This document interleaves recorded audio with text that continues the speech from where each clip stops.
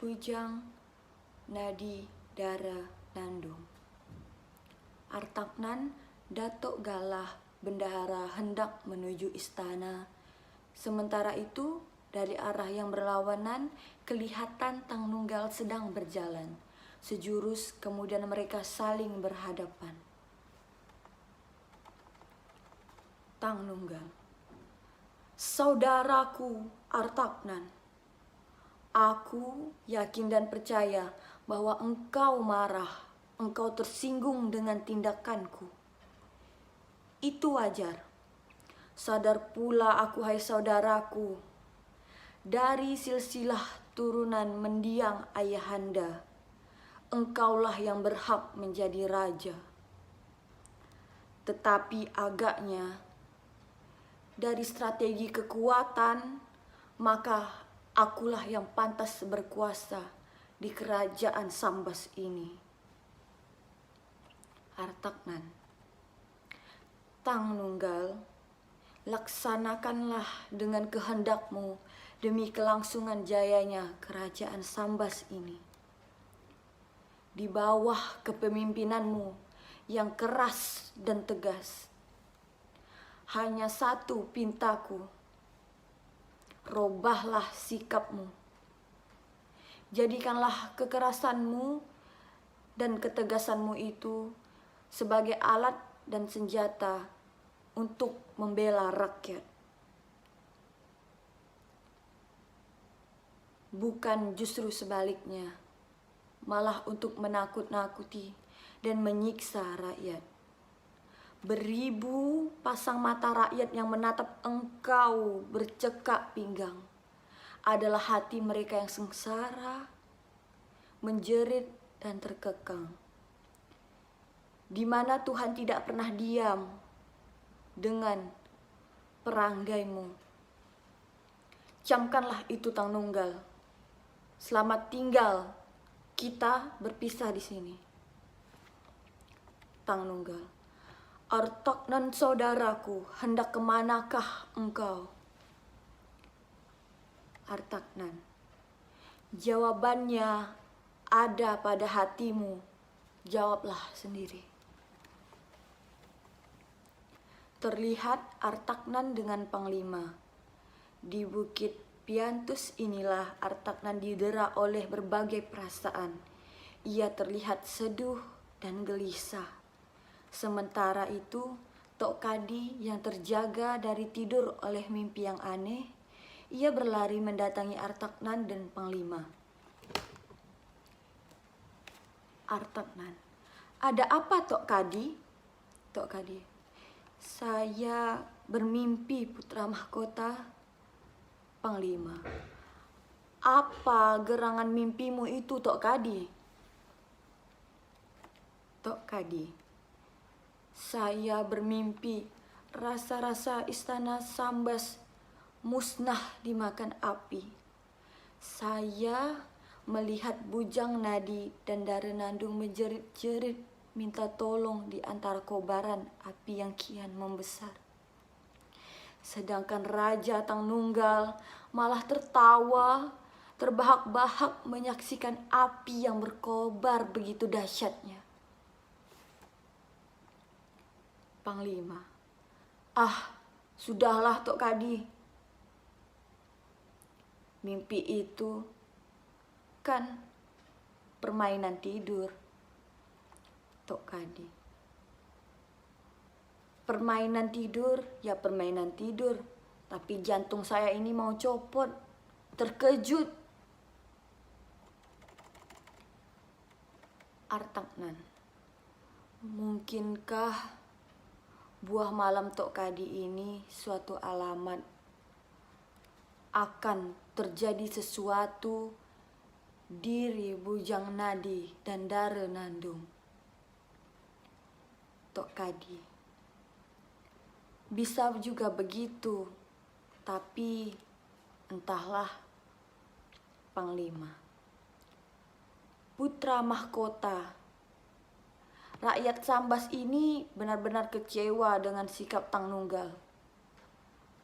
Begitupun para wazir istana Kelihatan mereka sangat membenci kepemimpinan Tang Nunggal yang keras dan garang. Artaknan,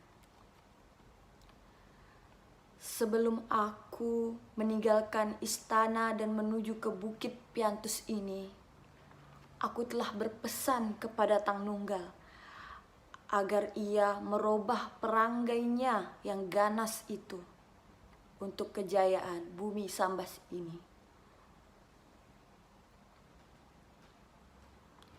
Figur seorang raja seperti Tang Nunggal yang tidak disenangi oleh rakyatmu adalah pelajaran bagi kita. Pelajaran untuk anak cucu kita pada zaman yang akan datang. Bahkan kalau mereka seorang pemimpin, maka mereka harus bersiap-siap untuk ditinggalkan oleh rakyatnya. Kalau mereka tampil dengan figur seperti Tang Nunggal. Bujang Nadi dari Nandung tengah asyik membicarakan ihwal kehidupan mereka. Namun di sisi lain terdapat Hulu Balang Raja dan hati-hati mengintai dan menyimak percakapan Bujang Nadi dan Dare Nandung. Hulu Balang 1.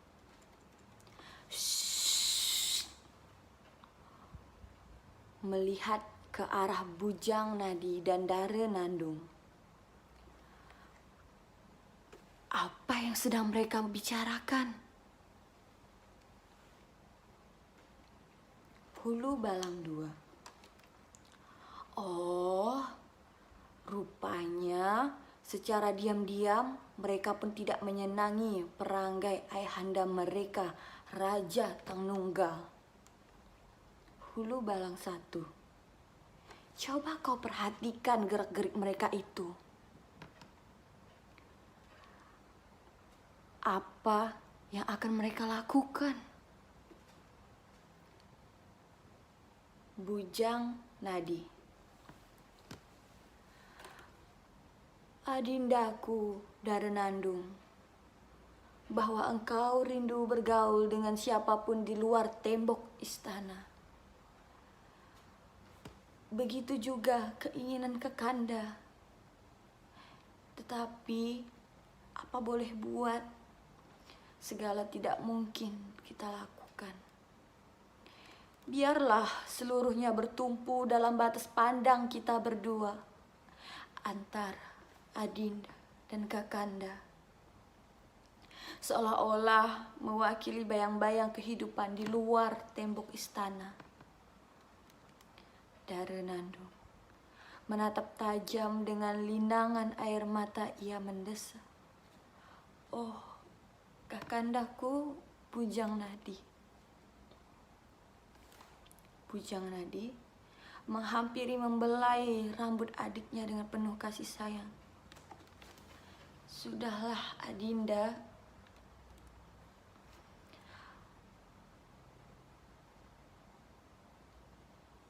Betapapun suara hati ini terungkap dalam keluh kesah kita berdua, percuma. Ibarat benang yang kusut, sudah sulit untuk mencari ujung dan pangkalnya. Biarpun kita terpana dengan warna kehidupan pada lingkungan yang sempit ini, tak pernah merasakan syahdunya jejaka bercumbu, meragut nikmat sentuhan dari kecupan yang mengeratkan tali percintaan. Kakanda dan Adinda adalah dua insan yang dianugerahi paras elok dan menawan. Dare Nandung, itulah sia-sia.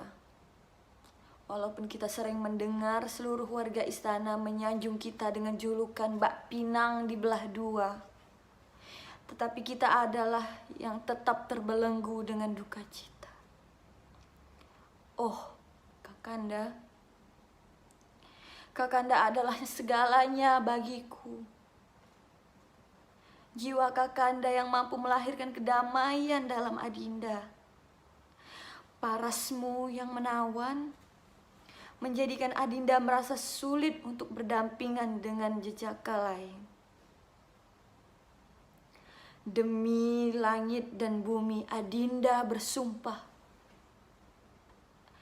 Adinda tidak akan menikah dengan seorang jejaka apabila pengertian, kasih sayang, kemanjaan serta paras jejaka itu tidak mirip dengan Kakanda. Bujang Nadi, Dara Nandung adikku, demikian pula dengan Kakanda. Rembulan dan mentari boleh saja gerhana, namun tatapan Kakanda ini tak akan pernah melahirkan makna cinta untuk seorang wanita yang berakhir dengan tanda pernikahan. Jika wanita itu berperilaku serta parasnya tidak mirip pula seperti Adinda. Hulu Balang 2. Kau mendengar apa yang mereka katakan? Mereka telah bersumpah. Oh, malapetaka besar apa yang akan menimpa istana ini?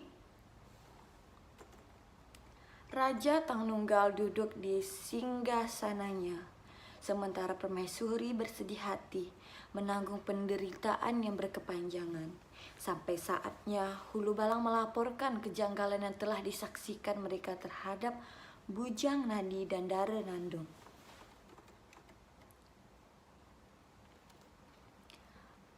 Raja Tangnunggal duduk di singgasananya. Tangnunggal, Adinda Permaisuri, engkau kelihatannya sendu dan gelisah. Mengapa? Permaisuri, bagaimanakah Adinda takkan merasakan sendu dan gelisah? Sebab rakyat di Sambas ini senantiasa dibayangi ketakutan, justru disebabkan oleh rajanya sendiri. Terus terang, sebagai seorang istri dan seorang raja yang tidak disenangi oleh rakyatnya, tentulah hal ini menusuk perasaanku. Karenanya aku bersedih menatap kesengsaraan mereka. Tangnunggal bangkit dari duduknya. Perempuan rewel, kesengsaraan rakyat di Sambas ini merupakan sebagian kecil dari perwujudan cara kepemimpinanku. Guna tegaknya kewibawaan dan harga diri. Salahkah itu? Permaisuri, kalau baginda rakyat berhati rakyat, maka jawabannya ada pada dirimu. Tangnunggal, sudah.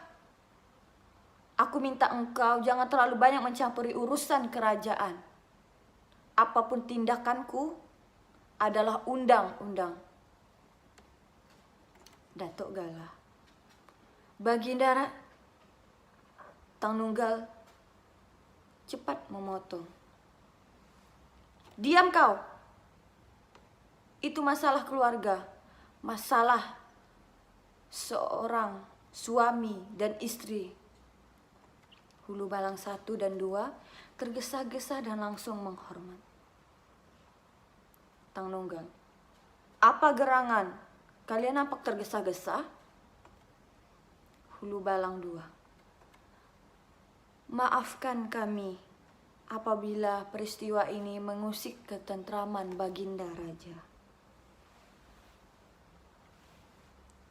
Tangnunggal, ayo cepat katakan, jangan berbasa-basi. Peristiwa apa yang telah kalian saksikan?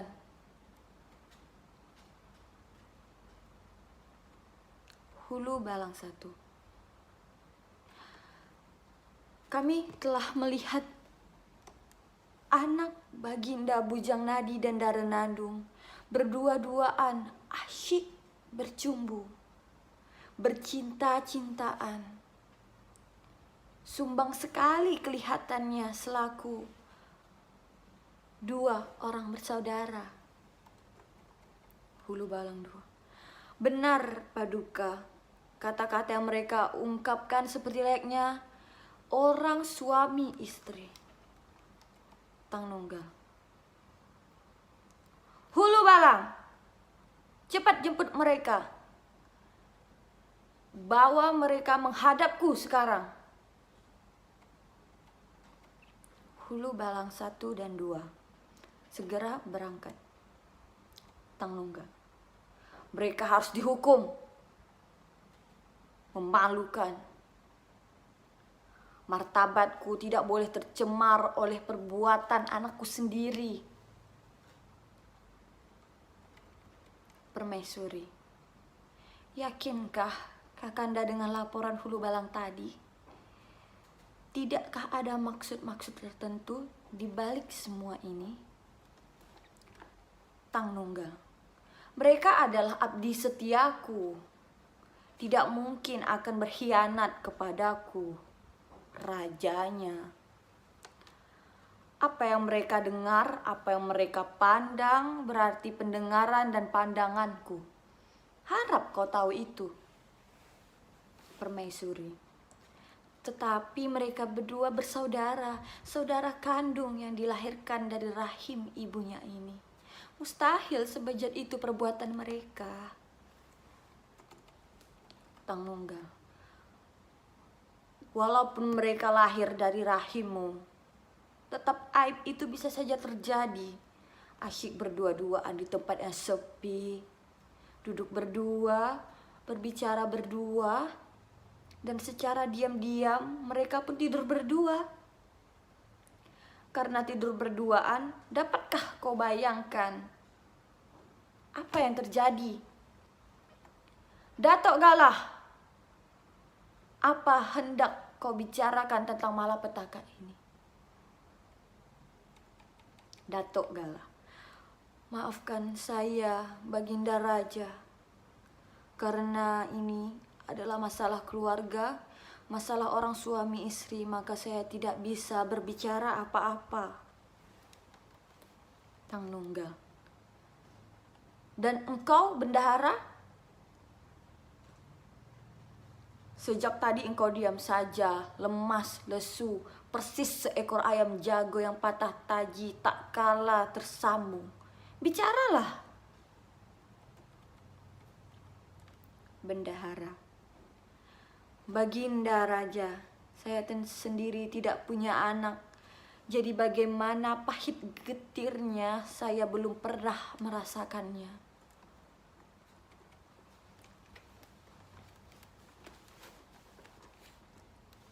Tang Nunggal. Usahakan punya anak, biar kau tahu dan bisa merasakannya. Hulu Balang 1 dan 2 masuk membawa Bujang Nadi dan Darenandung. Tang Nunggal menyambut kedatangan anaknya dengan amarah.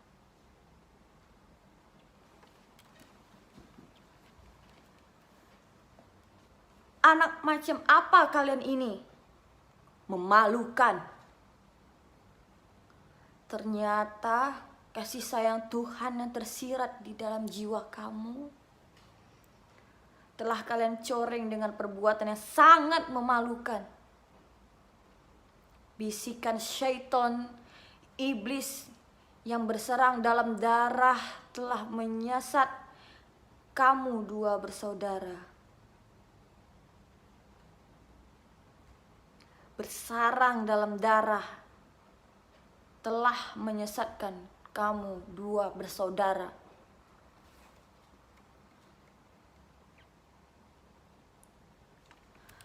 Bujang Nadi.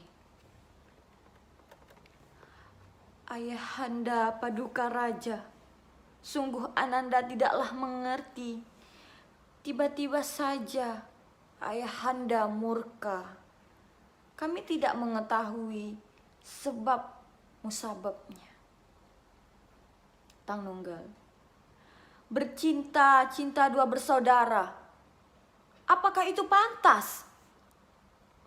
Darenado, ayahanda. Tang Nunggal, diam kau.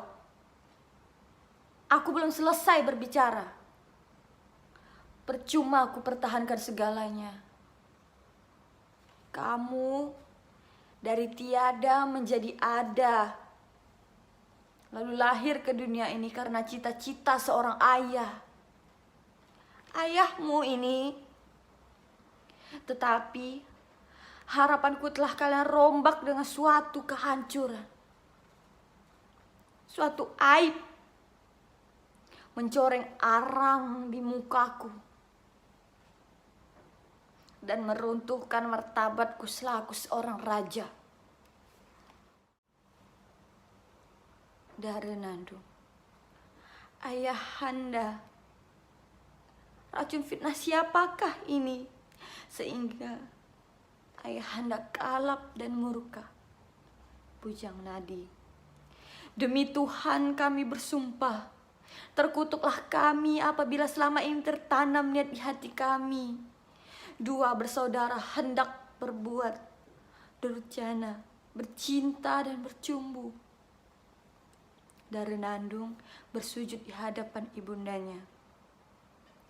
Ibunda, bicaralah, selamatkan kami dari racun fitnah ini.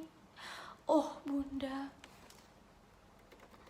Permaisuri terharu, sedih, berlinang air mata. Anakku, tatapan mata ibunda selama ini memang tidak sedikit pun menemukan keanehan itu pada diri kalian. Mata hati ibunda pun bagaikan tidak pernah putusnya ucapan rasa syukur akan ketabahan kalian mempertahankan hidup yang seperti percuma ini. Hidup yang seolah-olah meniti di atas bara api, yang kita pun tak sanggup lari darinya. Karena di sekitar kita tumbuh suburnya pohon, anak, dan duri. Tang Nunggal murka. Diam!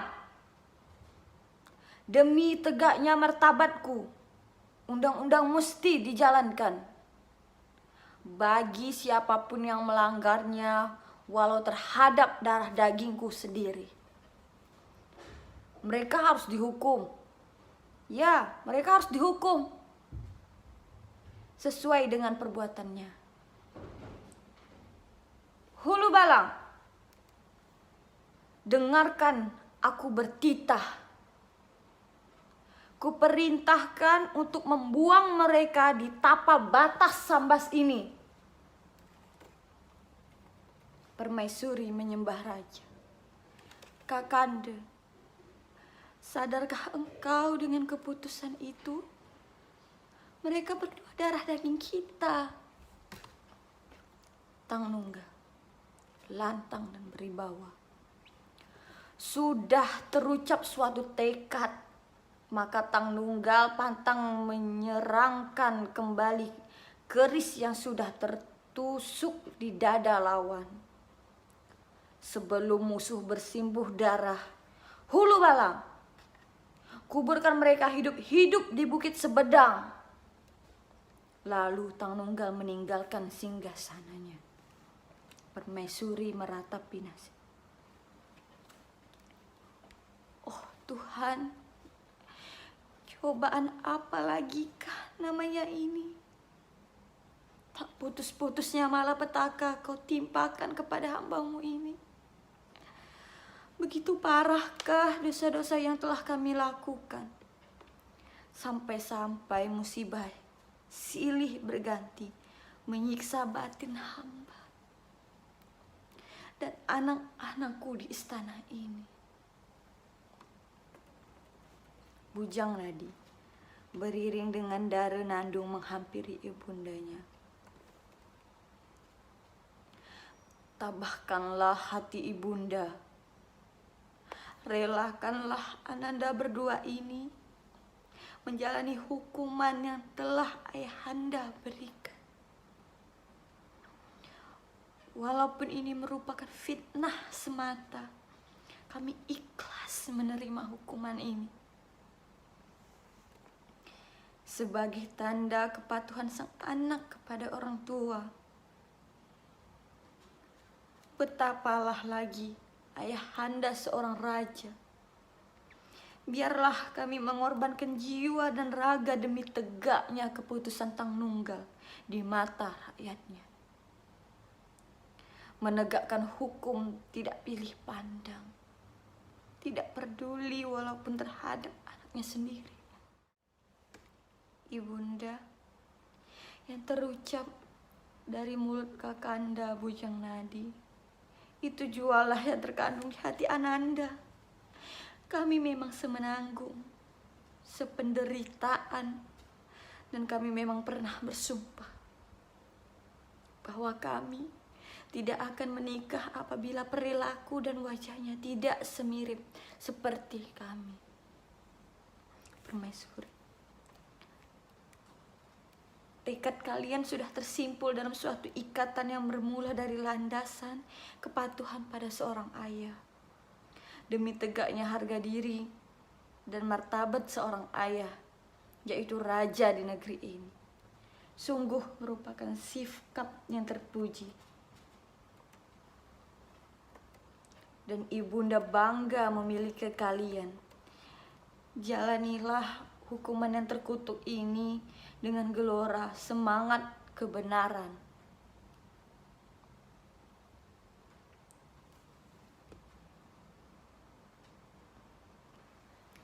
Percayalah wahai putra-putriku, nanti pada suatu zaman kalian, nama Bujang Nadi dan Dara Nandung akan tercatat dalam sejarah negeri Sambas ini. Nama kalian akan dikenang sebagai simbol kepatuhan, pengabdian demi martabat dan harga diri seorang ayah.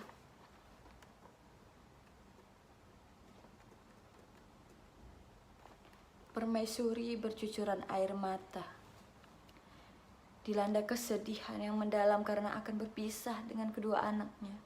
Bujang Nadi dan Dara Nandung mendesahkan ucapan perpisahan di anak tangga pendopo istana.